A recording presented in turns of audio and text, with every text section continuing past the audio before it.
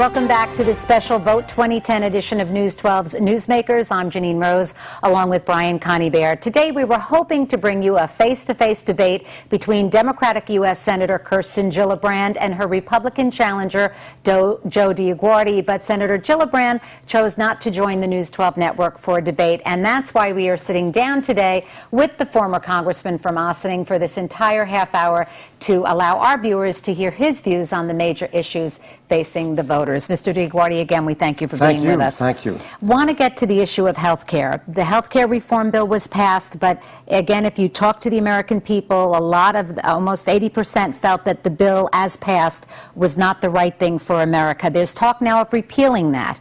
A, will a repeal happen? And B, if you're elected, do you vote to repeal? What's the deal? I would definitely vote to repeal and restructure. We do need health care reform, but we don't need a bill where the government is in too much in control, number one.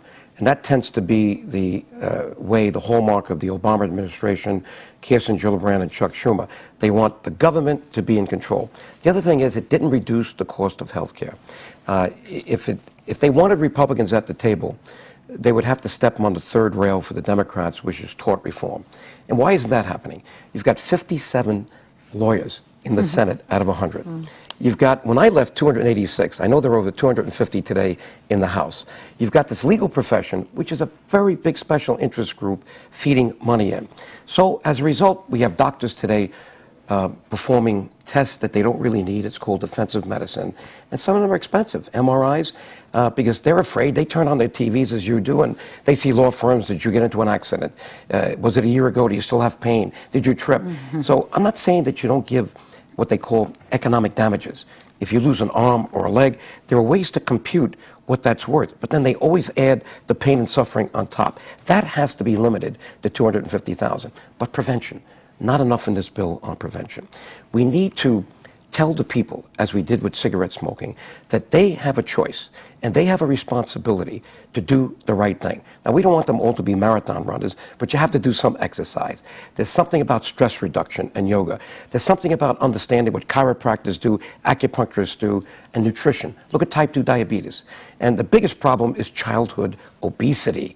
Hey, type 2 diabetes is one of the most costly things today. And what are they doing? Can the government do anything about those things? Well, what they can do is listen, you can't legislate everything. You've got to educate Americans. Without information, they have no choices. Did we do it with cigarette smoking? I think we did a very good job, 20 or 30 years. Even the kids today, they see their parents smoking, would say, Dad, Mom, that's not good. So you've got to deal with that. Look at type 2 diabetes. The medical profession will wait until someone has to amputate toes and fingers and feet, rather than say in the beginning, you know, you need to take off 40 pounds, you need to do something, because then your quality of life will be better, and you'll stay well, and it'll cost less. That's not being done. There's kind of a little bit of something being done on prevention. But Mr. DioGuardi, given what we saw to get this original bill passed, if the bill is repealed, would it take, again, months or years for Congress, particularly if we don't see a majority or we see a Republican majority, Democratic House, etc., would it take years again to get something passed? I hope not. But you know, there's so much uncertainty today. Until November 2nd comes, this Tuesday, we're not going to know whether this is a real political revolution or just maybe a slight tweaking. My feeling is, in New York State, it is a political revolution. The Tea Party people are not just a structured party. They're people who are Republicans, independents, conservatives, taxpayer party, and they are really upset, really angry. And they've used that vehicle to express that anger. And look at the primary. I mean, 3 times more came out in my primary than did when Spencer ran against Hillary Clinton. So it shows you that they want to get engaged. I think you're going to see that and more on the 2nd in all these races. Let me hit you on some other issues that you may have to tackle if you get into the Senate, and one of the most difficult is immigration reform. Where do you stand on that? Should there be a path to citizenship for people who are here illegally? First of all, let's get to what the federal government has failed at, shutting down the borders. It's not just people who are coming here, it's drugs. Look at the problem we have in Mexico today. I mean, it's sad to see the massacres and whatnot, and why we can't deal with that is beyond me. But look at Arizona. If a state sees that the federal government is not doing its job, they have the right to do what they want to do. Now, you talk about what should we do in the meantime with immigration. Obviously, you can't deport 12 million people, and you got to be humane about it. But if people commit horrendous crimes, they need to be, the laws have to be enforced. My feeling is we need to reboot the whole immigration system. My father came here in '29, my mother earlier, as legal immigrants. The preference system is not working. So many people are online these days. And originally, the people who came from certain countries can no longer come because they can't trace immediate relatives, mothers and fathers. But the ones who can, they're even on silos that are so much online, it's not really working. You need to increase dramatically the number of legal visas. We need to refresh this country. There are jobs here that people don't want. Why not bring in people who are hungry for those jobs, and hopefully we'll bring in some PhDs as well. Would you believe two-thirds, what is it? Yeah, two-thirds of the PhDs that are educated here leave to go back. And we kind of accelerate that. Why aren't we encouraging them to stay? Chinese immigrants, Indian folks like that. I mean, these are the people who will create things, and that results in manufacturing. Look at Silicon Valley. I've used that as an example for New York. They attracted many, many PhDs there. And by the way, 1/3 of it is boarded up right now. But we have the chance to do that. But you need a collaborative effort with industry, the investment community, government, and academia. And there's a report that was put out by the governor, signed by the president of Cornell University, that said, New York Task Force on diversifying New York's economy through collaboration, as I just said. That was December 14th. My wife found it on the internet, not being advertised, not being implemented. You know, what's wrong with New York, the Empire State? We're going to just sit here as everything goes to pot? And that's what we're doing. You have a dysfunctional government in Albany, and God willing, for the right reason, we have at least a Republican Senate. Because you can't have one party controlling everything without arrogance. Then you have corruption. You had Alan Hevesy. And look at Kirsten Gillibrand saying that he should not go to jail. Come on. This is not in trial. In fairness, you got Joe Bruno, too, so it isn't just the Democrats. But he went. Right. Yes. He went to jail. I mean, obviously, I'm not saying it's just Republicans, but arrogance leads to corruption, and that has to be changed. And it's the same problem in Washington. One parties don't work. Couple quick issues. The pro-choice activists are saying that you are bad for women, bad for New York. Where do you stand on abortion? Nonsense. Listen, I have a very progressive Jesuit education. The Marines of the Catholic Church are the Jesuits. I have it for 8 years, Fordham Prep, Fordham University. Why do you think I'm a human rights activist? Why do you think I'm an environmentalist? I'm the one who started the Hudson River Caucus with Bob Torricelli, Long Island. That wasn't Nita Lowey. That was Joe DioGuardi, and the Hudson River and the Long Island Sound Caucus with Bruce Morrison. And what I did for the Albanian people to save them from genocide. I believe in the worth of every human being.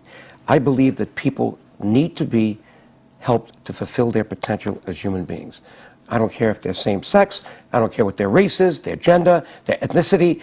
That's the way I believe. So would you vote to overturn Roe v. Wade if it came to that in the Senate? First of all, let's talk about the exceptions.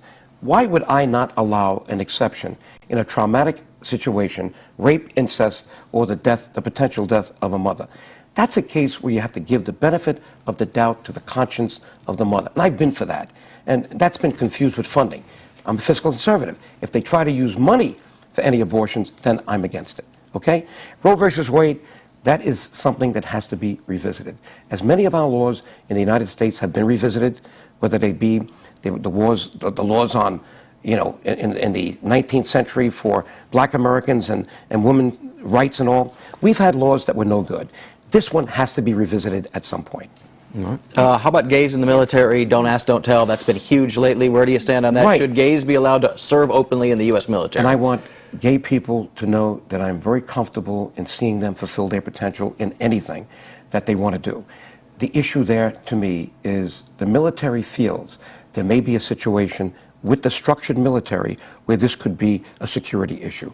Let these generals come out with a consensus, and whatever that consensus is, you see how fast it is that I will vote on it. Now, gay marriages. Would I use the word marriage? No. But would I encourage, you know, the issue of contractual benefits, the issue of committed relationships on the same sex? Would I encourage them to have the same kind of security that other couples would have? Obviously.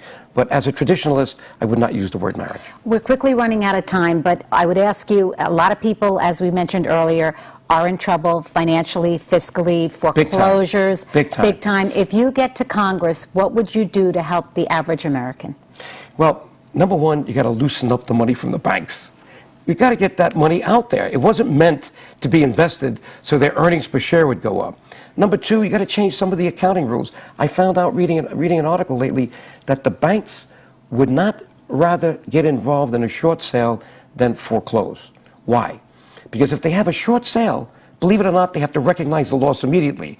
On a foreclosure, they take the property, they keep it on the books at the original value.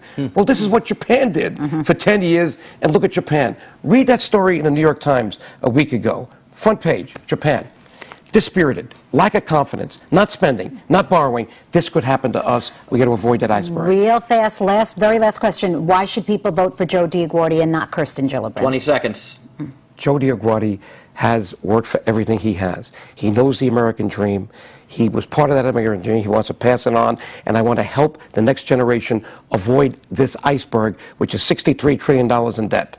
All right, on that note, Joe DioGuardi, we thank you for being with us. Good to have you, and we'll be watching the developments on Election Day. Thank you, Janine. Good to have you here. Thank you, sir. Thank you, sir. That's all the time we have for this edition of News 12's Newsmakers. Don't forget our special Vote 2010 Election Night coverage starting at 9 p.m. when the polls close. We'll see you then.